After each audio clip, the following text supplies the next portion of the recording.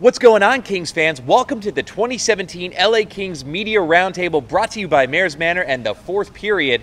I'm Keith Korneluk. And I'm Chris Kalazuski, and we're here with a very special program. We've brought together a unique group of people from a variety of backgrounds to talk about the past, present, and future of Kings hockey. So here we go. Enjoy this special roundtable coming up right now.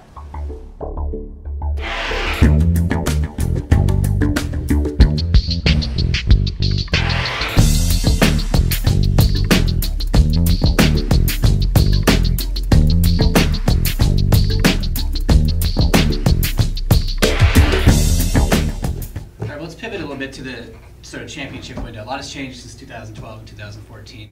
What is holding the team back, and has that window closed? No, the window hasn't closed. Look, to build a championship team, conventional wisdom, and we've talked about this before, it's 5 players. You need a goaltender, you need 2 defensemen, and you need 2 centers. This team has an all-world goaltender. They have the best defenseman in the world in Drew Doughty, and they have 2 centers in Jeff Carter and Andrei Kopitar. That's a 1-2 punch. They're missing one key piece. That's that defenseman. They lost that defenseman in Slava Voinov. Paul Adu isn't there yet. He could potentially grow into that. They have other prospects that could potentially get that could be acquired through free agency.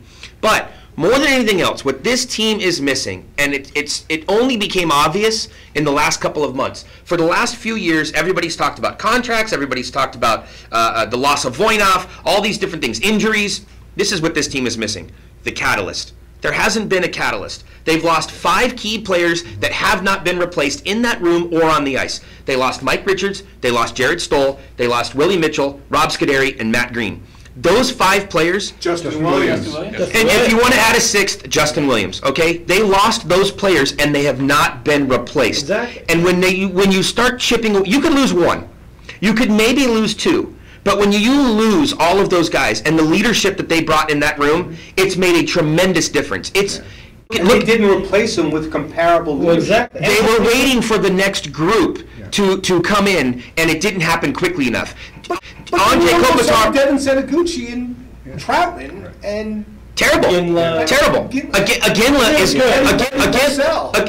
wrong moves. Right. Wrong moves. Right. They didn't identify that they needed the bridge, so they didn't identify quickly enough the lack of leadership that those guys, by removing those guys, the lack of leadership that they had, and they put too much pressure and expected the next wave. They expected Kopitar to step up and be the captain. Right. He didn't have guys surrounding him to help him transition into that role. And Toffoli's not ready, and Kempe's not ready, and they need bridge character players. They skipped the C from Brown, and so he was totally disengaged all year. Yeah. I assume this year he will be engaged, but now you couldn't lean on him this year because it's like, no. What am I going to do to this coach and this organization that disrespected me? And he does feel he was disrespected. Well, he was disrespected. Let's make no mistake about it. He was publicly disrespected. And Matt Green, even though he's part of the team, can't come in a suit and help provide that same leadership that he does when he's on the bench getting stitched up or when he's wearing skates and he's sweating with guys. But ultimately, if you're talking about winning another Stanley Cup, it's a 4-line league now. The Penguins won the last Stanley Cup with their 3rd line being the dominant line. It wasn't Crosby-Malkin's line. It was that with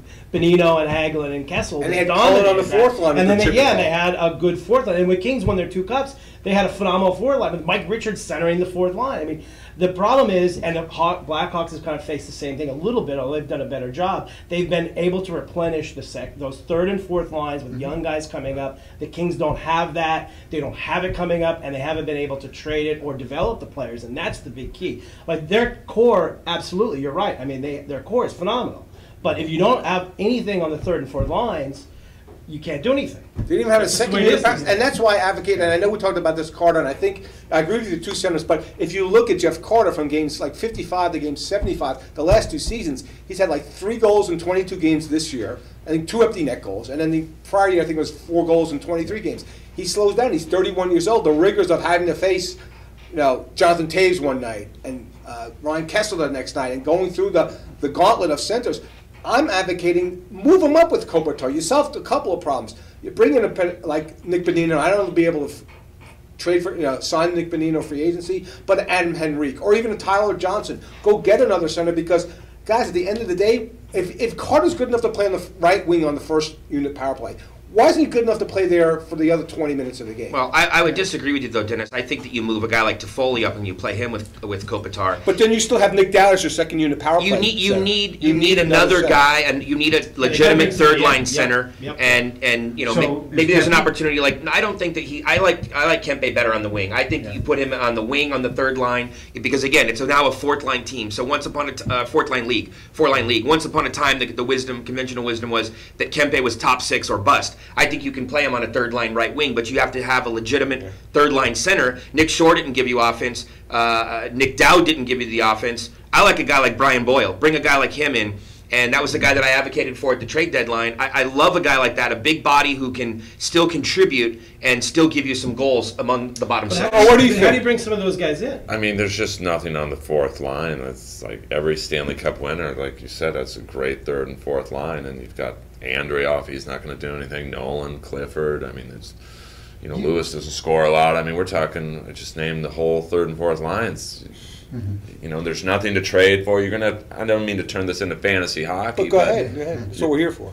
I mean, you need scoring. They need scoring, and you're not going to get it. I didn't think through Kempe yet. Brzezinski looked fast, but a little overmatched in terms of his shot and whatnot in this league. You're going to have to trade an untradeable to. You know, I mean, is it crazy to? Yeah, that's the key. Is like how do you you're talking about bringing in a lot of great players, but how do you get them here? Yeah. They're not all unrestricted free agents. No. The Kings don't really have anything to trade. They need to make a bold move. They need to I make mean, a bold move is Well, trading Quick and keeping Bishop. I'm not, Okay, but I mean, it's true. Jonathan Quick, you're not trading, but here, But look, you how can are you make going to get scoring? Well, here's a trade, for example, a trade that was explored earlier in the year that the Kings weren't as open to then as they would be now. Take a look at Colorado, and I know you would rather have Duchesne. I say go out and get Landeskog, trade Jake Muzzin, Adrian Kempe, throw one more prospector pick in there, and you're going to add a legitimate. Is Sakic still the GM up there? You're going to add. If he is, we you could probably do that make trade. that deal. You're going to add somebody smart. You're going to add a legitimate young player, a European player that can play alongside Kopitar, that's already signed to a long-term deal at a reasonable like contract. Landeskog, and they're offered way more than Jake Muzzin. It's not just Jake Muzzin; it's Adrian Kempe, and you're throwing in another prospect. Do we have another prospect to throw in? And then you're throwing a first-round pick in, and then you start losing your first-round picks. Well, in And this I don't draft, know that I would that's do enough, it. quite honestly, to get Landeskog, because there were teams that were offering a lot at the trade deadline to get him, and Colorado's like, nope, you got to come big to get. That's why they win it, because they're going to. And that's why the Jake Kings didn't Muzzin's make the not move. big. Well, they wanted Muzzin, and the Kings wanted to move Martinez, and so maybe now the thinking is let's move Jake Muzzin. And I think the deal to get Landeskog. Look, there was no urgency for Colorado to move Landeskog at the trade deadline. They don't need to. What did it matter? So there's a deal to be made. There's no question about it. But this team has to move one of their chips on the back end, I think, to get a second line center. Because I'm with Dennis that I think Carter would be more effective playing on the wing with Kopitar and finding that second line center to play with. But going back to Chris's question, I still think the core's a championship core. Absolutely. I don't think they're past their prime. I think with bounce back years, I think they're, look, are they a 4-round team? I'm not sure. Are they better than Calgary? Or even, and look, Nashville's doing some great things right now. Are they better than Nashville, top to bottom? I think so. I think they are. I think the core players are, but the problem is there's just not that supporting cast. Right. The depth is just not there. Yeah. True. And that's, like I said, again, not to harp on it, but my question is, how do you create that depth? It's not going to be very easy when you don't have a lot of chips, and you've given away a lot of your chips. Well, you have to rebuild. I mean, you gave one of the biggest chips away in Martin Jones, which you got 1 year out of Lucic for. Yeah. But I liked that trade at the time. It was worth the game. It was worth. Horrible. No, it's horrible in hindsight. Guys, goaltending is everybody loves to harp on that trade, and again, I'll take the opposite approach. I feel like an apologist on this panel, but goaltending, the value of a goaltender is at an all-time low. Scott Darling gets traded for what, a third-round pick? Yeah. What were you going to get for Martin Jones? What was he going to give you? A second-round pick? Right. You're not getting Landeskog for Martin Jones. Right. Well, the problem What's is that the they value? flipped him and went to San Jose and wanted to beat him in the playoffs. Okay, that everyone's butthurt over that, but that doesn't take away the value. What's the value What with they Martin need Jones? to do is they need to go get those value free agents. I'll give you a perfect example, a guy who's crushing it right now in a certain role for Edmonton. Mark Letestu. Like those guys, like Parento's been playing in, but those veteran guys who can chip in goals, that's what they need to do. They need to identify guys who will take $2 million a year. Right, like, and I go back to the Dwight King thing. If you know you're going to trade this guy, at the deadline, then why is he on the team to start with? Look, again, Dennis, this organization was not on the same page. I was told going into the draft that there was a strong chance, a very high likelihood that Dwight King was going to be traded because they knew that that was an asset that they did not plan on keeping long term and that they felt they would be better off moving him at the draft than moving him any other time. They didn't move him at the draft. They didn't move him in the summer. They didn't move him during camp. Why? Why did you not move Dwight King? Because that organization was not on the same page. Yeah. And he made $2 million a year, so you would have used that money to sign somebody else. No, he's also a redundant player. We're talking about the third and fourth line. He's redundant. But how many Andrioffs, Nolans, Cliffords, Kings? How many of those guys? He's not redundant. He wasn't redundant. Well, they had 6 of them. And they had more than 6. And are they a championship team? But the point is that you watch Dwight King. I'll use him as an example. He had some nights was on the first line when he went to Montreal, he was riveted on the fourth line. And I got tweets from every Canadian player.